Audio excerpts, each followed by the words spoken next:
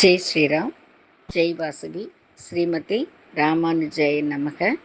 అడియన్ కుమారి చెయ్యార్ల నుంచి మాట్లాడుతున్నాను. అందరికీ నమస్కారం. మనం వారం తిరుకోళూరు పెన్ పిళ్ళై రహస్యం అట్లానే మహావాక్యం నుంచి ఒక్కొక్క భక్తர்கள్గా చూస్తూ వస్తూ ఉంటాము. ఆ వరుస క్రమంలో ఈ వారం 80వ వారం, 80వ వారం వచ్చేసి ఇంకా ఒక్కటిగా ఉంది. రామానుజర్ తిరుకోళూరులో పెరుమాళ్ళని చూసేదానికి వస్తారు. ఆ ఊరు విడిచి ఆ వేళకు పెరుగమ్మె ఆడది బయట పోతుంది. అందరూ వచ్చే ఊరు ఎందుకుమా, నీకు పొయ్యే ఊరుక అయిపోయింది అట్లా అని ఆయన అడుగుతారు. ఆయన అడిగిన ఆ మాటకు ఆ అమ్మ బదులుగా 81 వాక్యంలో బదిలు చెప్తారు. ఆ విధంగా మనం ఇంతవరకు 79 వాళ్ళని చూసి ముడిచేసి ఈ వారం 80వ వాళ్ళని చూడపోతాం. దీంట్లో మన అందరి దగ్గర ఎట్లా నడుచుకోవాలా అట్లా అనే దాని గురించి ఆ అమ్మ చెప్తుంది. దానింతా మనం తెలుసుకోవాలి. ఈ వారం వాక్యం ఏమింటే, తోల్కాటి వందేను బట్టరై పోలే, తోల్కాటి వందేను బట్టరై పోలే అట్లా అనే వాక్యంని ఆయమ్మ రామానుజ దగ్గర చెప్తుంది. దీంట్లో బట్టర్ని వచ్చేది కూరతాళ్వారుడే కొడుగు పరాచర బట్టర్. ఆయన్ని గురించి మనం దీంట్లో తెలుసుకోపోతాం. దీనికి ముందే మనం పరాచర బట్టర్ని గురించి చదివి ఉండాము, తెలిసి ఉండాము. అందరి దగ్గర మనం ఎట్లా నడుచుకోవాలా, ఎట్లంతా భక్తి చెయ్యాలా అదింతదా ఈ తిరుకోళూరు పెన్ పిళ్ళై రహస్యం మూల్యంగా మనం తెలుసుకుంటాం. దండిగా విషయాలు ఆయమ్మ మనకు చెప్తుంది. ఇప్పుడు ఒక గుడి అట్లా అని ఎత్తుకుంటూ వింటే, ఆ కాలంలో అంతా పెద్ద పెద్ద గుడిలు కట్టినారు. అది ఎందుకు అట్లా అనేసి మనం యోసన చేసి చూసి వింటే, గుడికి పోతిమి అట్లా అంటే ఆ గుడి ప్రాకారాలంతా చుట్టి వచ్చేటప్పుడు మన కాలుకు ఒక నడైపయిర్చిగా ఉంటుంది. గుడికి పోతిమింటే అక్కడ అలైகள் దేవుడు భక్తர்களంతా దండిగా వస్తారు కదా, వాళ్ళుடைய ఆ మనసులో ఉండే అలైகள் చెప్తారు, వేవ్స్. ఆ మంచి వేవ్స్ గుడిని చుట్టి ఉంటుంది. అదే మాదిరి గర్భగృహంలోంచి ఆ మంచి వేవ్స్ అట్లే కువించి ఉండంట దేవుడి దగ్గర. మనం పోయి నేరుగా నిలిస్తే అది రాదంట మన దగ్గర. ఈ పక్క ఆ పక్క ఆ మారి నిలిసి మింటదా ఆ వేవ్స్ వచ్చి మన దగ్గర వచ్చిందంట. ఆ మంచి అలైగల్ని మనం తీసుకుంటాం. అది ఆ అలైಗಳು వచ్చి మన మనసుని చెడ్డతనాన్నింతా కూడా మార్చేదానికి చూస్తుందంట. ఇట్లా మనసుకు నిమ్మతి, కాళ్ళకు పయిర్చి. ఉత్సవాలు నడుస్తుంది అట్లానంటే ఆ ఉత్సవాల్ని చూసేది అదింతా వచ్చి మన కన్నుకు అట్లే ఒక కుளிర్చి, ఒక ఆనందం. ఆ దేవుడు ఉత్సవాలంతా మనం చూసి వింటే మనసు మనకు అంత సంతోషం. ఇప్పుడు మనమే ఒక గుడికి పోతిమి, మనకే అక్కడ తెలీదు, దిఢీర్ను ఒక దేవుడు ఊరు చుట్టి వస్తారు. ఆ మరి చూసి వింటే ఆ ఊరేగింపు చూసేప్పుడు ఆహా, నేటికి మనం ఎంత భాగ్యం చేసిమి, మనకే తెలీదు, నేటికి వచ్చిన వేళ మంచి వేళ, దేవుడు చుట్టి వస్తారు, ఆయన్ని మనం ఈ మారి కోలంలో చూసిమి అట్లని మనకు సంతోషం వస్తుంది. ఆ మాదిరి అది కంటికి అంత ఒక ఆనందం, కంటికి కుளிర్చిస్తుంది, మనసుకు ఆనందాన్ని ఇస్తుంది. అదే మాదిరి ఆ గుంటగట్ట కాడపోయి అట్లా కూర్చుకొని ఆ మీన్గల్నింతా చూస్తాను, దానికి బొరుగులు వేసిమింటే ఓ మనసు అమైదిగా, ఓ సంజలం లేకుండా ఉంది. నిండా మనసు కష్టంగా ఉండేటప్పుడు కూడా మనం ఎక్కడ పోవాలని తెలుసుంటే గుడిగిదా పోవాలని తెలుసు. ఆ కాలంలో ఉన్న రాజాకళ్ళు ఆండిన కాలంలో వాళ్ళు ఎట్లా వగుతి ఇచ్చినారనంటే, పెద్ద గుడి ఒకటి కట్టేసి ఆ ఊరే ఆ గుడిని సార్ந்து ఉండే మాదిరి చేసి ఇచ్చినారు.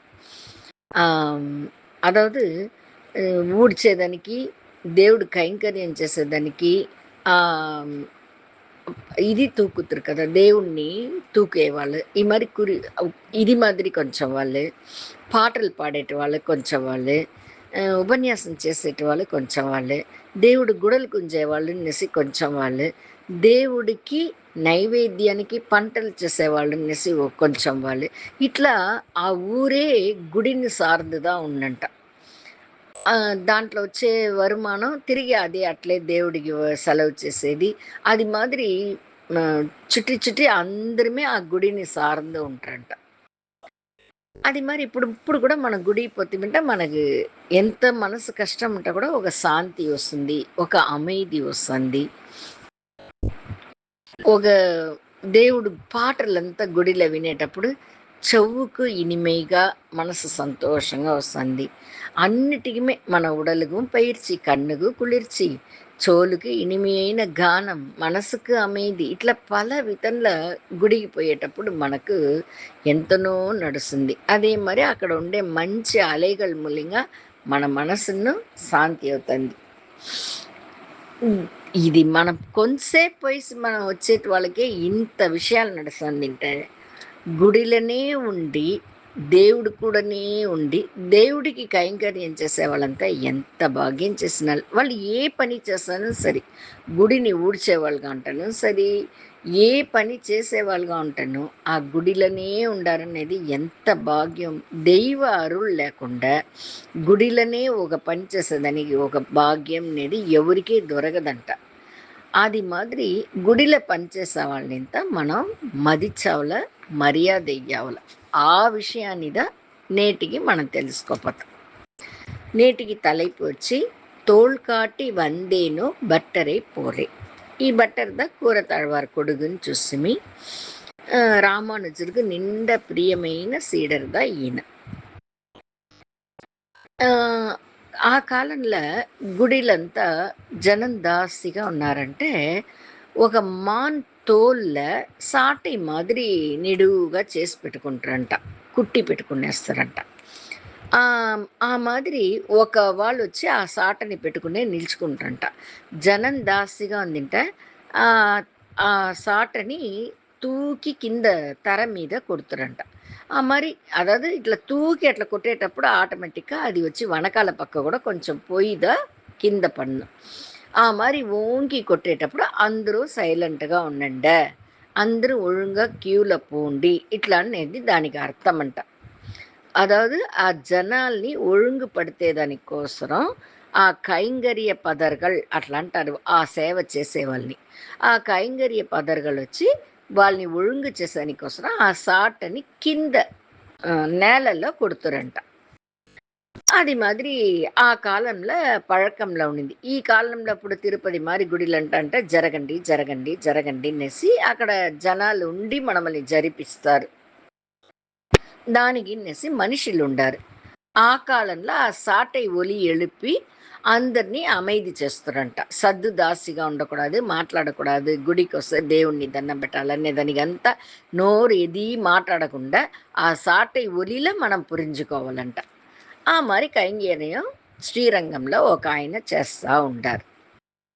చేస్తూ ఉండంగా పరాచర భట్టారు వచ్చి గుడి కార్యాలన్నీ చూసుకుంటారు. రామానుజருக்கு నిండా పెట్టిన ప్రియమైన సీడర్దా పరాశర భట్టర్. ఆయన వచ్చి అప్పుడప్పుడు గుడికి వస్తారు. ఇప్పుడు నిండా పెద్దవాళ్ళు పెద్ద పోస్టింగ్లో ఎవరన్నా ఉండారు అట్లానంటే అప్పుడు వాళ్ళంతా ఏం చేస్తారు, వాళ్ళు వాటికి వస్తురు. వాళ్ళకు ఎన్నో అలువలుగా వేరే ఎంతనో పని దానివల్ల ఏంచి వాళ్ళకంతా వచ్చి క్యూలో రావాలనేసి లేదు. వాళ్ళ బట్టికి నేరుగా పోయితారు, దేవుణ్ణి చూసేసి వచ్చేస్తారు కదా. అది మాదిరి పరాచర భట్టరు, పెద్ద పెద్ద ఆచార్యులోడ బిడ్డలు, వాళ్ళ పరంపరలో వచ్చిన వాళ్ళు, రామానుజర్ ఈ మరి సిల ముఖ్యమైన వాళ్ళకు వాళ్ళ పాటికి నేరుగా పోయి దేవుణ్ణి చూసే ఒక భాగ్యం ఉంది. ఆ మాదిరి పరాచర భట్టర్ ఒక ఉత్సవం నడిచేటప్పుడు శ్రీరంగంలో రంగనాథర్ని చూసేదానికి కానీ వస్తారు. మరి వచ్చేటప్పుడు ఈ కైంకర్యం చేసే ఆయన ఉండారు కదా, ఆ మాన్తోలు పెట్టి కైంకర్యం చేసేటాయన ఆయన వనికాల పక్కగా నిల్చుకొని ఉంటారు. ఈయన వచ్చిందని ఆయన చూడాలి. పరాశరు బట్టర్ వచ్చిందని ఆ కైంకర్యం చేసే ఆయన చూడలే. ఆయన వేరే పక్క తిరిగి ఉండారు. ఆయన సాటలో ఓంగి కింద కొట్టి సద్దు లేకుండా ఉండండి అట్లా అనేసి చెప్తా ఉండారు. ఆయన మరి ఓంగి అట్ట తూకి ఎత్తి కొట్టేటప్పుడు ఆ సాటయుடைய నుని పகுதி పరాచర బట్టర్ పైగా కొంచెం పడిపోడొస్తాంది. ఆయన నిండా బెదిరిపోయినారు. అంటే ఈయన ఏమీ నోరు తెరిలే, మాట్లాడలే. ఈయన పాటికి పోయి శ్రీరంగం గుడి లోపల పోయి పెరుమాళ్ళని బాగా సేవించేసి, రంగన్ని సేవించేసి తిరిగి వస్తూ ఉంటారు. ఆయన ఆశ్రమానికి పోయేదని కానీ ఆయన వస్తూ ఉంటారు.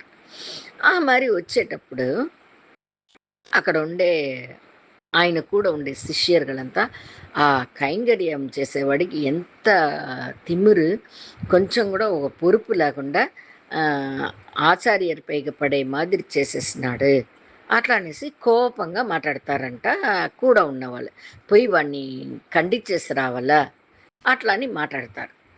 అప్పుడు పరాచరర్ తిరిగి చూస్తారు. వీళ్ళు మాట్లాడిన దానింత ఆయన వినేసి తిరిగి గిడిగిడిగిడిని గుడి లోపల పోతారు. గుడి బయట వచ్చే మరి అంత దూరం వచ్చిన వాళ్ళు తిరిగి లోపల పోతారు. లోపల పోయి ఆ కైంకర్యం చేసే ఆయనదన పిలిచి ఒక పక్క ఆ సాటయుடைய నుని పడింది, ఇంకో పక్క కూడా నా తోళ్ళ పడవల, ఇంకోసారి అదే మరి చెయ్యి అంటారు.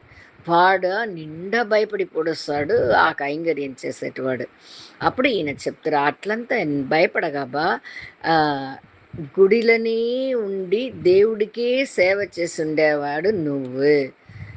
అన్ని దగ్గర 24 గంటల సేపున ఆ సాటై నీ కూడా ఉంటుంది. ఇదింత పెరుమాళుடைய అనుగ్రహం లేకుండా ఇదింత నడీదు. నువ్వంతా ఎంత భాగ్యం చేసినవాడు. ఎప్పుడు చూసాను పెరుమాళ్ నేను చూస్తానే ఉండవు. ఈ మరి కైంకర్యమును అందరి కోసం నువ్వు చేస్తా ఉండవు. ఒక పక్క పడింది నన్ను మన్నించుపా, ఇంకో పక్క అప్పుడే నేను తీసునేసి పొయ్యి ఉండాలా, అది తోచకుండా నేను బాటి పోడిస్తుని అట్లా అని చెప్పినారంట పరాచరర్. ఆ కైంకర్యం చేసినవాడు అట్లే 7 సార్లు ఆయన కాళ్ళు పడతారంట. అక్కడ కూడా ఉన్న వాళ్ళంతా అట్లే భ్రమించిపోయి చూస్తారంట. ఆయన వచ్చినది చూస్తే ఆయనేమో జగడం అయిపోతారు, కోపంగా మాట్లాడపోతారని తెలుసా. ఈయన ఏమరంటే ఇంకొక తోళ్ళని చూపిస్తా అని చెప్తారే అట్లా అనేసి అందరికీ ఆశ్చర్యంగా అయిపోయిందింట. ఆయన కూడా పనివు, ఆయన కూడా ఆ పరివు, ఆ కైంకర్యం చేసే వాళ్ళ పైగా ఉండే పరివు, కైంకర్యం చేసేవాడిదనే వాడిని మనం మదిచేది లేకుండా ఒక పనివు, ఈ గుణాలంతా మనం దీంట్లో చూస్తాం. ఈ పనిదనే చేస్తారు, ఆ పనిదనే చేస్తారు, వాళ్ళకెందుకు మనం తగ్గవల అట్లా అనేసి మన ఇంట్లో పనిచేసేవాళ్ళు, మన వీధిలో పనిచేసే వాళ్ళ దగ్గర కూడా మనం ఎట్లా నడుచుకోవాలా అట్లా అనే దాని ఇంతదా దీంట్లంతా మనం తెలుసుకోవాలి. ఒక్క దినం కుప్ప వాళ్ళు మన ఇంటికి రాలేదంటే మన ఇంట్లో ఏమవుతుంది, కుప్ప నిండి పొడుస్తుంది. ఒక స్టేజ్లో 2-3 దినాలు రాలంటే స్మెల్ రానారంచేస్తుంది. అప్పుడు వాళ్ళు లేదంటే మన ఇంటిది ఏమవుతుంది. వాళ్ళు ఎంత పని చేస్తారు మన వల్ల. 2 దినాలు 1 దినం కుప్పనే తాళ ముడిలేదు. వాళ్ళు 24 గంటల సేపును ఈ దీని కూడానే ఉండారంటే వాళ్ళంతా ఎంత ఒక కష్టాల్ని అనుభవించుకుని మనకంతా సేవ చేస్తారని తెలియాల.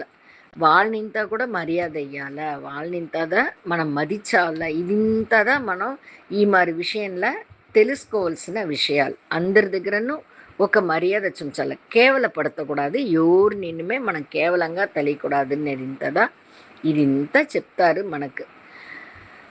ఈ మాదిరి ఈ 80 వారంలో ఒకరు దగ్గర ఒక్కొక్క ముఖ్యమైన గుణాలు దండిగా వాళ్ళ దగ్గర దండిగా గుణాలు. ఎట్లంతా భక్తి చేయాలా, ఎట్లంతా మనం నడుచుకోవాలా, ఎట్లంతా పరివు చెయ్యాలా అదింతా తెలుసుకుంటాం. ఎట్లంతా ముఖ్యంగా భక్తి చెయ్యాలా, ఎట్లంతా దేవుణ్ణి తెలియాల, ఎంతంత పోటు రావాల, అట్లని ఒక్కొక్క విషయంలో ఒక్కొక్క ఒక అధ్యాయంలో ఒక్కొక్క విషయం మనం తెలుసుకోవాలి. దీనికి వనగ ముడిసిపోయింది నెసి దీంతో గమ్మనుండకుండా మనం ఎప్పుడంతా మనం ఫ్రీగా ఉండమో అప్పుడంతా దీన్ని వేసి వేసి విని ఈ వాక్యంగళనింతా మనసులో నిలబెట్టాల. మనసులో నిలబెట్టి దాన్ని అప్పుడప్పుడు చూసి దాన్ని తలిచి మన வாழ்க்கையில సంబంధపడే తావులంతా దీన్ని తలుచుకోవాలి. ఇట్లా చెప్పినారు కదా! ఇప్పుడు ఇది వచ్చి ఎట్లనంటే ఒక తల్లి వచ్చి బిడ్డకు బువ్వ పెట్టేటప్పుడు దాని బిడ్డ ఎట్లా ఇస్తే ఆ బిడ్డకి జీర్ణమవుననేసి మెత్తగా కలిపి పప్పు వేసి నెయ్యి వేసి కొంచెం ఉప్పు వేసి కలిపి ఆ బిడ్డకు సులభంగా జీర్ణమయ్యేదానికి నోట్లో పెట్టను. అది మాదిరి మన మారి ఉండేవాళ్ళు పనిలో ఇంట్లో పని ఆఫీస్ పని ఉండేవాళ్ళ వల్ల మొత్త భారతం మొత్త రామాయణాన్ని మన వల్లంతా చదవను కూడా ముడి లేకుండా వాళ్ళు ఎంతనో వాళ్ళు ఉండారు. ఇప్పుడు దీంట్లో మనం ఏం చేస్తామంటే భాగవతంలో రామాయణంలో భారతంలో ముఖ్యమైన వాళ్ళనింతా తెలుసుకుంటుంది. ఆ మరి మనం తెలుసుకుని దానికి ఎట్లంతా మనం నడుచుకోవాలనే దాన్ని ఆ అమ్మ బిడ్డకు బువ్వ పెట్టే మాదిరి రామానుజర్ తిరుకోళూరు పెన్ పిళ్ళై చెప్పిన దాని మూల్యంగా మనకిస్తారు. ఆ భక్తి రసాన్ని మనం ఇంత దినాలుగా అనుభవిస్తుంది. దీంట్లో ఉండే వాక్యాల్ని దీంట్లో ఉండే విషయాల్ని తెలుసుకుని వినింది మట్టుం కాకుండా మన வாழ்க்கையில் ఎంత మాలనో అంత మనం దాన్ని పిన్పట్టేదానికి చూడాలి, ఫాలో చెయ్యాలి. ఎట్లంతా ఉండరు అట్లనే అదే మాదిరి మన వల్ల ఉండని మళ్ళీ అంటే ఇప్పుడు ఒక పని చేసే వాళ్ళని చూసేటప్పుడు కోపంగా మాట్లాడకుండా పరివుగా ఉండేదని మనం ముయற்சி చేయొచ్చు. ఇప్పుడు మన మీద అది మాదిరి ఏమన్నా ఒక అడి పడితే ఉడనే మనం ఏం చేస్తాము, భయంకర కోపం వచ్చి వాళ్ళని తిడుతాము. ఆ మాదిరి అయ్యో ఆ పరాచరర్ అంత పెద్ద మహాన్లు వాళ్ళంతా వాళ్ళ పైగా పడిన దానికి ఓ పక్క పడింది ఇంకో పక్క పడలేదే నేసి చూపిస్తారు. అట్లా అంటే మనం కోపపడకూడదు అట్లానే ఒక ఎన్నమాది మనకు వచ్చును రావాల. ఇదింతా చదివి చదివి చదివి అది మరింత మనం ఉండేదానికి ముయற்சி చెయ్యావల. అది అన్నీ మనకు రావాల. ఈ మరి విషయాల మీద మనం దీని మూల్యంగా తెలుసుకోవాలి. అయిపోయింది 80 వారం నేటితో పూర్తి అయిపోయింది. ఇంకా ఒకే ఒక వారం మీ అందరుடைய ఆదరవుల ఇంతளவுக்கு నేను ధైర్యంగా ఏదో నాకు తెలిసిన அளவு చెప్పిండాను. ఏదైనా తప్పుగా చెప్పింటాను క్షమించండి. జై శ్రీరామ్. శ్రీమతి రామానుజాయ నమః.